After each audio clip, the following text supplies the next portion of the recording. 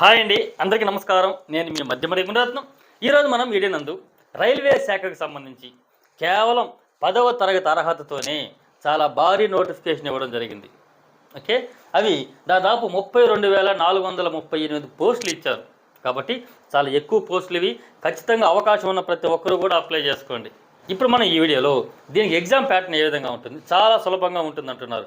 Exam pattern ఏ విధంగా ఉంటుంది, selection ఏ విధంగా చేస్తారు, ఫీజు ఎంత ఉంటుంది, ఎప్పటి లోపల అప్లై చేసుకోవాలి, అప్లై చేసుకోవాలంటే ఏ డాక్యుమెంట్లు కావాలి. ఓకే, ఇక్కడ మరొక వెసులుబాటు కూడా ఇచ్చారు. మీరు ఎగ్జామ్ రాయాల్సిన సెంటర్కి ట్రైన్లో పోవడానికి కొంతమందికి ఫ్రీగా కూడా వెసులుబాటు ఇచ్చారు. కాబట్టి అన్ని విషయాలు ఈ వీడియోలో చెప్పుకుందాం. కాబట్టి వీడియో పూర్తిగా చూడండి. ఇన్ఫర్మేషన్ చాలా వరకు దాదాపు 95% మీకు ఎటువంటి సందేహాలు అనేది ఈ ఆర్ఆర్బి గ్రూప్ డికి సంబంధించి ఎటువంటి సందేహాలు అనేది రాదనే విషయం నేను చెబుతున్నాను. కాబట్టి వీడియో ఖచ్చితంగా చూడండి. ఇన్ఫర్మేషన్ మీకు నచ్చిందంటే మాత్రం ఖచ్చితంగా లైక్ చేయండి. ఈ విషయం చాలామంది షేర్ చేయండి. ఎందుకంటే 10th క్లాస్ బేసిక్స్తో చాలామంది ఉంటారు కాబట్టి అందరికీ ఉపయోగపడుతుంది. మొట్టమొదటిగా ఆర్ఆర్బి గ్రూప్ డి, ఇది నోటిఫికేషన్. ఈ నోటిఫికేషన్ మీకు ఫుల్గా కావాలనుకుంటే మన వెబ్సైట్ ఉంది కదా, మునిరత్నం అప్డేట్స్ అని గూగుల్లో సెర్చ్ చేయండి. లేదా ఆ లింక్ నేను వీడియో కింద డిస్క్రిప్షన్లో కూడా ఇస్తాను. ఓపెన్ చేసుకున్నట్లయితే దీనికి సంబంధించి అఫీషియల్ లింక్ మొత్తం కూడా వివరాలు పూర్తిగా అందులో ఉంటాయి. ఓకేనా? కాబట్టి మొత్తం పోస్టులు 32,438 పోస్టులు, చాలా భారీ నోటిఫికేషన్. ఓకే, దీంట్లో ఏ ఏ ఉద్యోగాలు ఉంటాయి అంటే దాదాపు 14 రకాల ఉద్యోగాలు అయితే ఉంటాయి. ఓకేనా? అవన్నీ ఇక్కడ చూపించిన విధంగా 14 రకాలు ఉంటాయి. అవి track man, points man, assistant loco shed, diesel, electrician, ఈ విధంగా చాలా కేటగిరీ 14 పోస్టులు అయితే ఉంటాయి. 14 రకాల పోస్టులు అయితే ఉంటాయి. ఓకే, వీటికి జీతం ఎంత ఇస్తారన్నయ్య అంటే వీళ్ళు రైల్వే శాఖ చెప్పినట్టు ప్రకారం 18,000తో మొదట స్టార్ట్ అవుతుంది.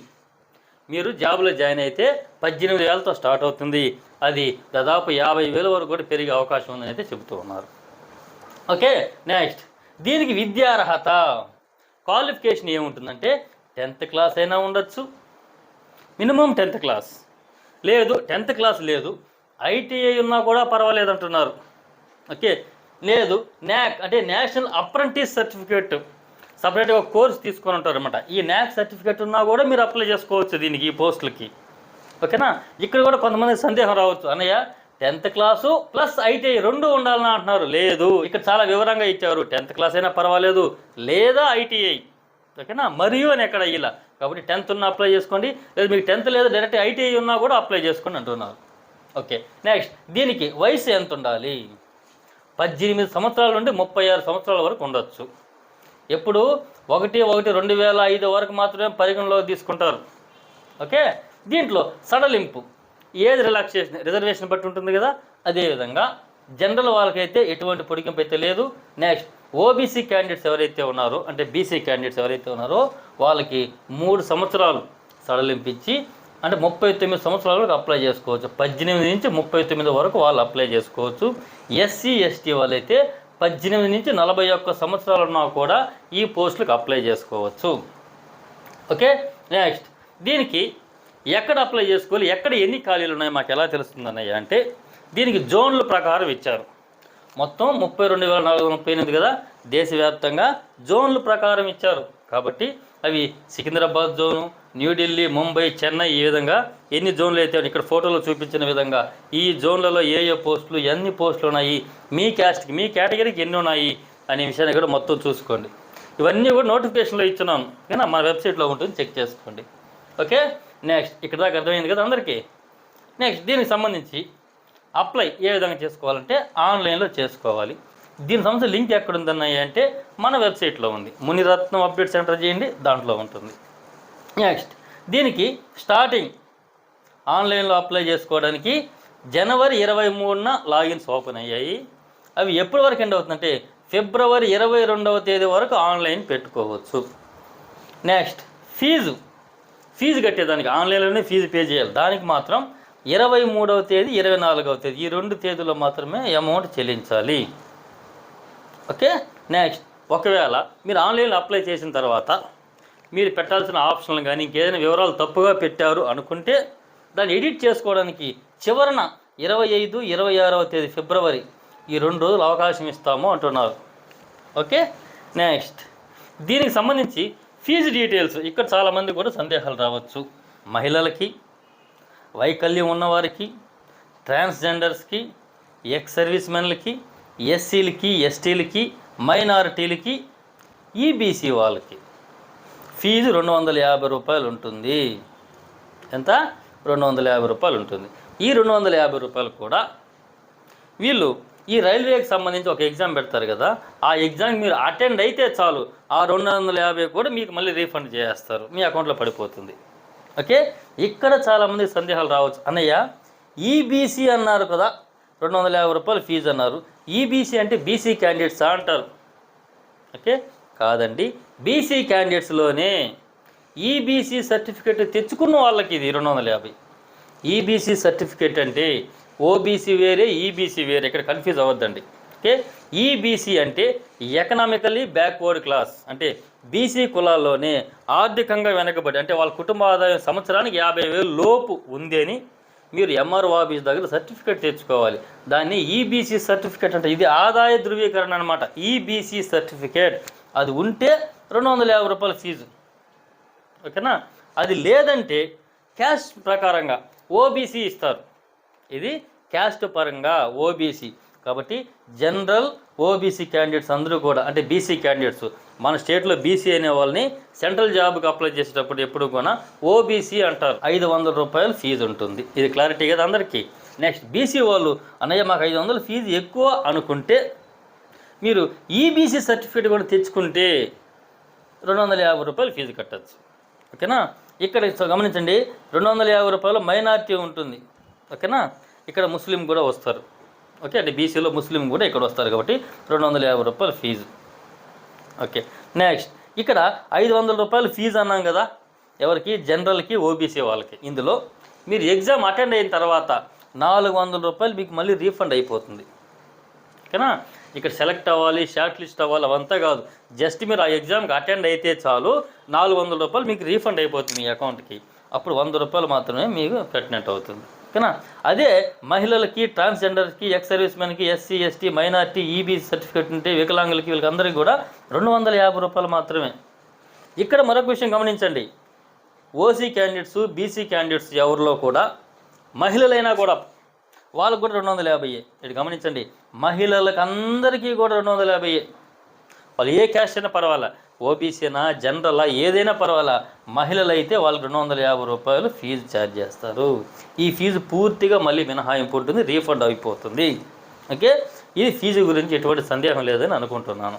ఓకే, కాబట్టి ఇన్ఫర్మేషన్ నచ్చింది అనుకుంటే మాత్రం ఖచ్చితంగా చూసే ప్రతి ఒక్కరు కూడా లైక్ చేయండి, షేర్ చేసుకోండి చాలా మందికి కూడా. ఓకే, నెక్స్ట్ దీనికి సంబంధించి అన్నయ్య పరీక్ష ఎంపిక ఏ విధంగా ఉంటుంది? ఇది చాలా విధంగా. ఓకేనా, ఈ జాబులు మాకు కావాలండి, 14 రకాల జాబులు అన్నాను కదా. సో ఈ 14 రకాలకు సంబంధించి మీరు యూట్యూబ్లో సెర్చ్ చేసుకోండి. ఓకేనా, ఏ జాబు, ఆ జాబ్ రోల్ ఏ విధంగా ఉంటుంది, దాని వర్క్ ఏ విధంగా, ఫ్లో ఏ విధంగా ఉంటుంది చూసుకోండి. ఓకే, నెక్స్ట్ పరీక్ష 15 భాషల్లో పెడతారు. మన లోకల్ లాంగ్వేజ్ తెలుగులో రాసుకోవచ్చు, ఉర్దూలో రాసుకోవచ్చు, హిందీ, ఇంగ్లీష్ దేంట్లోనే రాసుకోవచ్చు, 15 భాషల్లో రాసుకోవచ్చు. నెక్స్ట్ ఇది 4 స్టేజీలలో సెలెక్ట్ చేస్తారు. అన్నయ్య మీరు ఒకే పరీక్ష అన్నారు కదా, మరి 4 చెప్తున్నారంటే వెయిట్ చేయండి. ఇక్కడ సిబిటి అంటే కంప్యూటర్ బేస్డ్ టెస్ట్ ఉంటుంది. ఓకేనా, కంప్యూటర్లో మీకు ఎగ్జామ్ ఉంటుంది, అది 100 మార్కులకు ఉంటుంది. 1.5 గంట టైం ఉంటుంది మీకు. మీరు ఏం ఇబ్బంది పడాల్సిన అవసరం లేదు, కేవలం మీకు 10th క్లాస్లో సిలబస్ ఏదైతే ఉందో అది వరకే ఇస్తామంటున్నారు. ఓకేనా, ఫస్ట్ మీకు సిబిటి అని ఒక ఎగ్జామ్ పెడతారు, 100 మార్కులకు ఉంటుంది అది. నెక్స్ట్ రెండోది, మీరు ఈ ఎగ్జామ్లో క్వాలిఫై అయిపోయిన తర్వాత అంగజర క్యాండిడేట్స్ అయితే 40% మార్క్స్ రావాలి, ఈడబ్ల్యూ వాళ్ళు అయితే 40%, అదేవిధంగా ఓబీసీ వాళ్ళకి 30%, ఎస్సీ ఎస్టీ వాళ్ళకి 30%. ఓబీసీ, ఎస్సీ, ఎస్టీకి అందరికి కూడా 30% మార్కులు వస్తే చాలు, అంటే 100లో 30 మార్కులు వస్తే చాలు మీరు క్వాలిఫై. ఓకే, అదేవిధంగా అన్రిజర్వ్డ్, ఈడబ్ల్యూఎస్ 40 మార్కులు వస్తే చాలు మీరు క్వాలిఫై, అంటే ఫస్ట్ రౌండ్ క్వాలిఫై. ఓకే, ఇది అయిన తర్వాత ఫిజికలీ ఎఫిషియన్సీ టెస్ట్ అనేది పెడతారు. ఓకే, ఆ టెస్ట్ అనేది పురుషులకి, మహిళలకి విడివిడిగా పెడతారు. ఈ టెస్ట్ ఏ విధంగా ఉంటుంది అన్నయ్య అంటే, మేము ఇక్కడ ఎగ్జామ్ రాసాము, వీళ్ళు చెప్పినట్టు మార్కులు మాకు వచ్చేసాయి, క్వాలిఫై అయిపోయాం. మేము క్వాలిఫై అయిన తర్వాత ఇక్కడ చూడండి, పురుషులకు సంబంధించి ఈ ఫిజికలీ ఎఫిషియన్సీ టెస్ట్ అన్నాను కదా, పురుషులకు సంబంధించి 35 కేజీలు వెయిట్ ఇస్తారు. ఆ వెయిట్ తీసుకొని ఎక్కడా కూడా కింద పెట్టకుండా మీరు 100 మీటర్లు 2 నిమిషాల్లో వెళ్ళాలి. 100 మీటర్లు 2 నిమిషాల్లో వెళ్ళాలి పురుషులు. దేంట్లో? ఈ ఫిజికల్ ఎఫిషియన్సీ టెస్ట్లో. ఇక్కడ ఎక్కడ కూడా గమనించండి, ఫస్ట్ పోయిన వాళ్ళకే ఇస్తారనేది లేదు. ఇక్కడ ఏం చెప్పారు? ఫస్ట్ సెకండ్ పోయిన వాళ్ళకి కాదు. మీరు ఎక్కడా కూడా కింద పెట్టకుండా వాళ్ళు చెప్పిన టైంకి 2 నిమిషాల్లో 100 మీటర్లు మీరు వెళ్ళి ఆ వెయిట్ ఎత్తిపోయి ఆడ పెట్టినట్లయితే మీరు దీంట్లో ఈ రౌండ్లో సెలెక్ట్ అవుతారు. ఓకే, నెక్స్ట్ ఇదే రౌండ్లోనే మళ్ళీ ఒకటి ఇచ్చారు. ఏంటంటే 1000 మీటర్లు అంటే 1 కిలోమీటరు. ఇక్కడ ఏ వెయిట్ ఎత్తుకొని పోవాల్సిన అవసరం లేదు. మీరు ఆ 1 కిలోమీటర్ని 4 నిమిషాల 15 సెకండ్లకి పరిగెత్తేయాలి. ఓకే, ఇక్కడ కూడా ఎవరు ఫస్ట్ సెకండ్ అనేది చూడండి. ఈ టైం లోపల ఎవరైతే కిలోమీటర్ కంప్లీట్ చేస్తారో, 1000 మీటర్లు కంప్లీట్ చేస్తారో వాళ్ళు ఈ రెండుతో కలిపి ఈ ఫిజికల్ ఎఫిషియన్సీ టెస్ట్లో క్వాలిఫై అయినట్టు. ఒకసారి చెప్తాను చూడండి. 35 కేజీలు వెయిట్ ఎత్తుకొని 2 నిమిషాల్లో 100 మీటర్లు వెళ్ళాలి. నెక్స్ట్ దాంతోపాటు 1000 మీటర్లు అంటే 1 కిలోమీటరు 4 నిమిషాల 15 సెకండ్లలో మీరు వెళ్ళాల్సి ఉంటుంది. ఓకే, నెక్స్ట్ పురుషులకు అయిపోయింది కదా. ఇదే ఫిజికల్ ఎఫిషియన్సీ టెస్ట్ మహిళలకు ఏ విధంగా పెడతారంటే, ఇక్కడ పురుషులకు 35 కేజీలు అన్నాం కదా, అదే మహిళలకైతే 20 కేజీలు తీసుకుని వెళ్తే చాలు. 20 కేజీలు వెయిట్ ఇస్తారు. వాళ్ళు 2 నిమిషాల్లో 100 మీటర్లకు వెళ్ళాలి. ఎక్కడా కూడా కింద పెట్టకుండా అది తీసుకెళ్ళాలి. నెక్స్ట్ అదేవిధంగా రన్నింగ్ అన్నాం కదా, వీళ్ళకి కూడా 1 కిలోమీటరు 5 నిమిషాల 40 సెకండ్లలో వెళ్ళాలి అక్కడికి. ఓకే, అదే పురుషులైతే 1 కిలోమీటర్ని 4 నిమిషాల 15 సెకండ్లకి వెళ్తారు. అదే మహిళలు అయితే 1 కిలోమీటర్ని 5 నిమిషాల 40 సెకండ్లు ఉంది వాళ్ళకి. సో వెసులుబాటు అనేది ఉంది పురుషులకి మహిళలకి. ఓకే, నెక్స్ట్ దీని సంబంధించి మాకేమైనా సందేహం ఉందని అయితే హెల్ప్ లైన్ నెంబర్ ఉంది. ఇవన్నీ కూడా మన వెబ్సైట్లో మున్రత్నం అప్డేట్స్లో ఈ నోటిఫికేషన్లో ఇచ్చాను. ఫోన్ నెంబర్ ఇచ్చారు, ఈమెయిల్ ఐడి ఇచ్చారు, వాళ్ళని కాంటాక్ట్ అవ్వండి. నెక్స్ట్ సిలబస్ ఏ విధంగా ఉంటుంది, ఏ సబ్జెక్టులో ఎన్ని మార్కులు ఇవ్వబోతారు అనేది చూద్దాం. దానికంటే ముందు ఫ్రీ ట్రైన్ ఇది చూడండి. ఫ్రీ ట్రైన్ మీరు ఎగ్జామ్ సెంటర్కి అప్లై చేసుకున్న తర్వాత, అంటే మీకు సెంటర్ అనేది ఒక చోట ఇచ్చిన తర్వాత మీరు ట్రైన్లో ట్రావెల్ చేసేటప్పుడు ఈ ఎగ్జామ్ కోసం పోయిన వాళ్ళకి ప్రత్యేకంగా ఎస్సీ ఎస్టీ వాళ్ళకి ట్రైన్ ఛార్జ్ లేకుండా ఉచితంగా తీసుకొని వెళ్తామంటున్నారు. కాబట్టి మీరు ఆన్లైన్లో అప్లై చేసేటప్పుడే అక్కడ ఒక ఆప్షన్ వస్తుంది, అక్కడ ఎస్ అని సెలెక్ట్ చేసుకోవాలి. వీళ్ళు ట్రైన్లో టీసీ వచ్చినప్పుడు ఒరిజినల్ క్యాస్ట్ సర్టిఫికేట్ చూపించాల్సింది అని కూడా ఆ నోటిఫికేషన్లో ఉంది. కాబట్టి దీన్ని ఫాలో అవ్వండి. ఓకే, ఇది ఎస్సీ ఎస్టీకి మాత్రం ఇది వర్తిస్తుంది. నెక్స్ట్ సిలబస్ చూడండి. ఇది చాలామందికి అన్నయ్య 10th క్లాస్ అన్నాం కదా, మీరు ఎగ్జామ్ అంటున్నారు, కంప్యూటర్ బేస్డ్ ఎగ్జామ్ 100 మార్కులు అంటున్నారు కదా, ఇక్కడ సిలబస్ ఏవి ఇస్తారు? ఇక్కడ చెప్పారు సిబిఎస్ఈ సిలబస్లో మీ 10th క్లాస్ బేసిక్ ప్రకారమే ఇస్తాం సింపుల్గా అంటున్నారు. ఓకే, కాబట్టి 100 మార్కులు ఉంటుంది. 90 నిమిషాలు రాయాలి ఎగ్జామ్ మీకు, అంటే 1.5 గంట రాయాలి. నెక్స్ట్ ఇది చూడండి, జనరల్ సైన్స్ ఉంది కదా, దాంట్లో 25 మార్కులు ఇస్తారనమాట.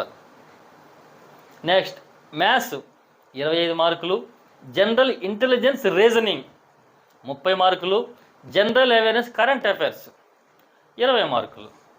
ఓకేనా, ఇవి 100 మార్కులకు ఉంటుంది. ఇక్కడ ఇంకోటి చెప్పండి. ఓకే, ఇక్కడ ఎక్కడైనా మీరు ఈ 100 మార్కులకి మీరు రాస్తూ ఉంటారు కదా, ఇవన్నీ మల్టిపుల్ క్వశ్చన్స్ అనమాట. ఇది కంప్యూటర్లో ఉంటుందండి ఎగ్జామ్, ఇది జాగ్రత్తగా గమనించండి ప్రతి ఒక్కరూ కూడా. ఓకే, ఇక్కడ నెగిటివ్ మార్క్స్ ఉంది. ఓకే, ఎందుకంటే కొంతమంది 100కి 100 కూడా తెలిసినా తెలియకపోయినా అన్నీ కూడా పెట్టేస్తారు, ఏదో ఒకటి రైట్ అవ్వచ్చేమో అనే ఆశతో. కానీ అందుకే ఇక్కడ నెగిటివ్ మార్క్స్ అని ఇచ్చారు. 3 తప్పులు జరిగాయా మీకు ఆల్రెడీ రైట్ అయిన ఒక ఆన్సర్ పోతుంది, 1 మార్కు పోతుంది. ఓకేనా, 3 తప్పులకి 1 మార్కు పోతుంది. మీరు ఆల్రెడీ కరెక్ట్గా రాస్తుంటారు, కొన్ని మార్కులు వచ్చి ఉంటాయి, కొన్ని తప్పులు చేస్తుంటారు. ఆ తప్పుల్లో 3 తప్పులకి మీకు కరెక్ట్ అయిన 1 మార్కు పోతుంది. కాబట్టి 3 తప్పులకు 1 మార్కు కట్ చేస్తారు. ఇది నెగిటివ్ మార్క్స్. ఓకే, ఇక్కడ దాకా ఎటువంటి సందేహం లేదనుకుంటున్నాను అందరికీ కూడా. నెక్స్ట్ అన్నయ్య దీన్ని ఆన్లైన్లో అప్లై చేసుకోవాలంటున్నారు. ఓకే, మీరే సెల్ఫ్గా కూడా చేసుకోవచ్చు. దీనికి కావాల్సిన డాక్యుమెంట్స్ ఏంటి? అవును, మేము దీనికి అప్లై చేసుకోవడానికి వెళ్తున్నాము, మాకు ఏ డాక్యుమెంట్స్ మా దగ్గర ఉండాలి అంటే, రీసెంట్ పాస్పోర్ట్ సైజు, రీసెంట్గా తీసుకున్న passport size, background light colour white ఉండాలంటున్నారు, జాగ్రత్త పడండి. నెక్స్ట్ బ్యాంక్ అకౌంట్ ఖచ్చితంగా ఉండాలి. ఎందుకంటే ఇక్కడ మనం ఫీజు కట్టిన తర్వాత మనం ఎగ్జామ్కి అటెండ్ అయిన తర్వాత ఆ అమౌంట్ రీఫండ్ మన అకౌంట్లో పడాలి కదా. కాబట్టి bank passbook first page xerox ఉంటే అది అప్లోడ్ చేయము, డీటెయిల్స్ రాస్తాం అనమాట. IFSC code, bank account number ఇవన్నీ రాస్తారు. నెక్స్ట్ క్యాస్ట్ సర్టిఫికెట్టు, దీన్ని అప్లోడ్ చేస్తారు.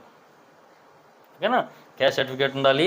నెక్స్ట్ ఆధార్ కార్డు, ఆధార్కి ఒక ఓటీపీ వస్తుంది. Next mobile number email ID ఖచ్చితంగా ఉండాలి. ఓకే, ఎందుకంటే మొబైల్ నెంబర్కి ఓటీపీ వస్తుంది, ఈమెయిల్ ఐడికి ఓటీపీ వస్తుంది, ఆధార్కి ఓటీపీ వస్తుంది. Next 10th class mark list, 10th బేసిక్తో మీరు అప్లై చేస్తూ ఉంటే, లేదు మీరు ఐటీఐ అంటే ఐటీఐ సర్టిఫికేటు.